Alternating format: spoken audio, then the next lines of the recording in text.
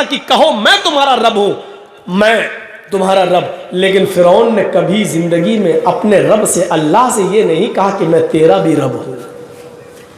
فرعون رات میں اللہ سے توبہ کرتا تھا، اللہ رب تو ہی ہے میرا، لیکن لوگوں کی نظروں میں مجھے بڑا بننے کا شوق ہے، اس لیے میں تھوڑا سا بڑا بن جاتا ہوں، تو اس پر میری گرفت نہ کرنا. لوگوں سے وہ یہی کہتا تھا میں تمہارا رب ہوں، لیکن اس نے کبھی اللہ سے نہیں کہا کہ میں تیرا بھی رب ہوں. اس نے تو اللہ ہی سے کہہ ڈالا کہ تو میرا بندہ اور میں تیرا رب. فرعون نے کبھی اللہ سے نہیں کہا کہ تو میرا بندہ ہے اور میں تیرا رب. فرعون لوگوں سے کہتا تھا میں تمہارا رب ہوں، لیکن اللہ سے نہیں. اس نے تو اللہ ہی کو اپنا بندہ اور اللہ کو اپنا بندہ اور اپنے آپ کو اللہ کا رب بنا دیا. تو بتائیے اس نے فرعون سے بھی برے جملے بولے کہ نہیں بولے؟ لیکن اللہ نے فرعون کو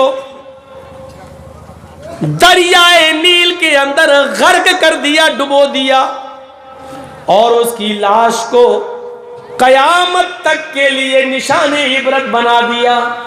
اپنے آپ کو خدا کہلانے والا دیکھو آج کس حال میں پڑا ہے. اور لوگوں، اس دنیا میں فرعون نے پوری دنیا پر خدائی کا جادو چلانا چاہا، اپنے آپ کو خدا بنانے کا دعویٰ کرتا رہا.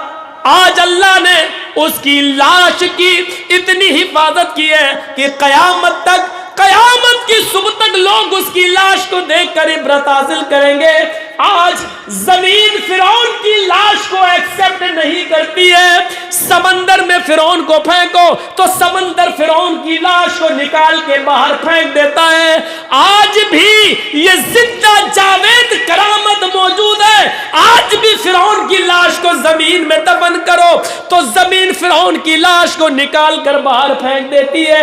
زمین اس کو ایکسپٹ نہیں کرتی، سمندر اس کو ایکسپٹ نہیں کرتا، دریا اس کو ایکسپٹ نہیں کرتی. آج بھی فرعون کی لاش مصر کے میوزیم میں رکھی ہوئی ہے، جو لوگوں کو عبرت دے رہی ہے. لوگوں، اپنے آپ کو خدا کہلانے والا دیکھو، اپنی آنکھیں نہیں کھول سکتا ہے، اپنے پیر سیدھے نہیں کر سکتا ہے، اپنی کمر نہیں موڑ سکتا ہے، اس کا گوشت ختم ہو چکا ہے، صرف ہڈیوں کا ایک ڈھانچہ رہ گیا ہے. اور لوگوں، اللہ کا مقابلہ کرنے والے کا انجام دیکھو، قیامت کی صبح تک اس کا انجام دیکھتے رہو. اپنے آپ کو تکبر سے بچاؤ. اس دنیا میں ہم سب کا رب ایک ہے، اور اس کا مقابلہ کرنے کی کوشش نہ کرو. اس کے بتائے ہوئے احکامات پر چلتے رہو، ورنہ ہم نے فرعون کو نہیں چھوڑا. تمہاری بساط کیا ہے؟ تمہاری حیثیت کیا ہے؟ ہماری اور آپ کی حیثیت کیا ہے؟ نشان عبرت بنا دیا. ظالموں کا انجام ہمیشہ ایسا ہی ہوا ہے، ہمیشہ ایسا ہی ہوا ہے. اور آج بھی جو ظلم کر رہے ہیں، چاہے وہ مسلمانوں پر ہو رہا ہو یا کسانوں پر ہو رہا ہو یا کسی اور شکل میں، ہمارے اس دیش پر ہی ظلم کیوں نہ ہو رہا ہو. ہماری دیش کی سرکاری چیزیں آج نیلام ہو رہی ہیں اور آج وہ سرکاری نہ رہی ہیں. آج ان پر بڑے بڑے امیروں کا خود تسلط ہوتا چلا جا رہا ہے.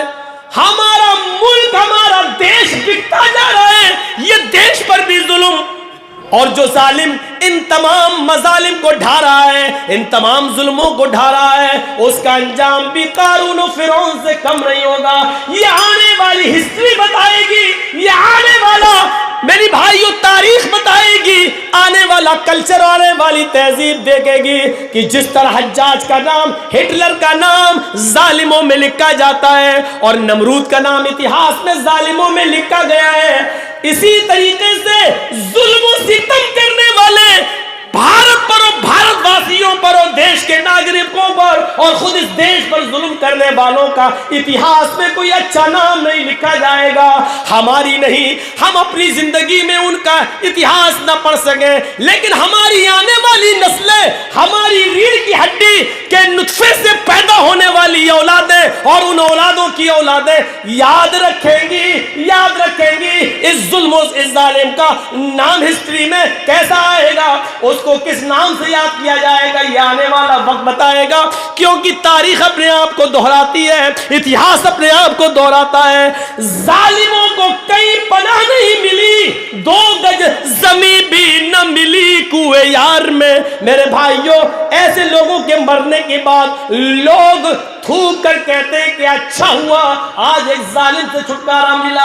اسی لیے اللہ تعالیٰ نے ہمارے نبی محمد رسول اللہ کو اس دنیا میں بھیجا تو سب سے پہلے ظلم کے خلاف آواز اٹھانے کے لیے بھیجا، اور فرمایا اللہ کے نبی نے انصر اخاک ظالما او مظلوما، اور لوگوں اپنے بھائی کی مدد کرو، چاہے وہ ظالم ہو یا مظلوم، چاہے وہ ظالم ہو یا مظلوم۔ صحابہ نے کہا اللہ کے رسول مظلوم کی مدد تو کرنا چاہیے لیکن ظالم کی نہیں، ظالم کی مدد کیوں کروں؟ تو اللہ کے نبی فرماتے ظالم کی مدد یہ ہے اس کو اپنے بھائی پر ظلم کرنے سے روک دو، ظالم کو ظلم نہ کرنے دو اور مظلوم پر ظلم نہ ہونے دو، ظالم کو ظلم سے روک دو، یہ ظالم کی مدد ہے۔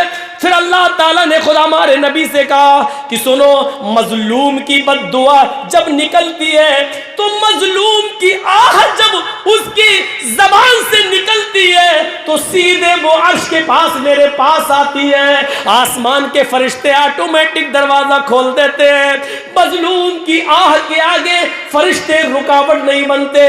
جیسے یہ آواز جاتی ہے مظلوم کی بد دعا جب نکلتی ہے تو پہلا دروازہ کھلتا ہے، دوسرے دروازے پہ جاتی ہے فرشتہ ہٹ جاتا ہے، تیسرے دروازے پہ جاتی ہے فرشتہ دروازہ کھول دیتا ہے، یہ ڈائریکٹ اللہ کے عرش سے ٹکراتی ہے۔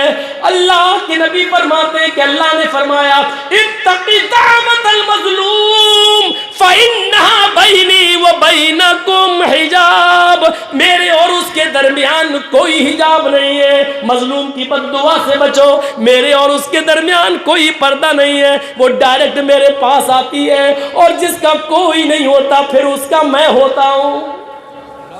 پھر اس مظلوم کو اس دنیا میں ایسی مدد دیتا ہوں اور ظالم کو لوگوں کے سامنے نشان عبرت بنا دیتا ہوں۔ پھر اس نے کہا اے نبی لوگوں کو بتا دو کہ حکومتیں اور سلطنتیں کفر سے تو چلا سکتے ہو لیکن ظلم سے نہیں چلا سکتے ہو، جب ظلم حد سے بڑھ جاتا ہے تو پھر ظالموں کا نشان مٹ جاتا ہے، نام و نشان ختم ہو جاتا ہے۔ اسی لیے اللہ تعالیٰ نے ہمارے نبی کو ظالم نہیں رحمت بنا کر بھیجا اور اعلان کر دیا وَمَا أَرْسَلْنَاكَ إِلَّا رَحْمَةً لِّلْعَالَمِينَ، اے محمد صلی اللہ علیہ وسلم ہم نے آپ کو ساری کائنات کے لیے رحمت بنا کر بھیجا۔ پھر ایسی رحمت کہ اللہ کے رسول جنگل میں لیٹرین کے لیے جا رہے ہیں اور آپ کا پانی کا برتن ابو سعید خدری پکڑے ہوئے ہیں، ایک صحابی رسول۔ تھوڑی دور جنگل میں جانے کے بعد ابو سعید خدری نے کہا اے اللہ کے رسول جنگل آ گیا ہے، یہ درخت بنے ہوئے جھاڑیاں آپ یہاں چلے جائیے اور لیٹرین کرائیے۔ پانی کا برتن اللہ کے نبی نے لے لیا، اللہ کے رسول قضاء حاجت کے لیے چلے گئے۔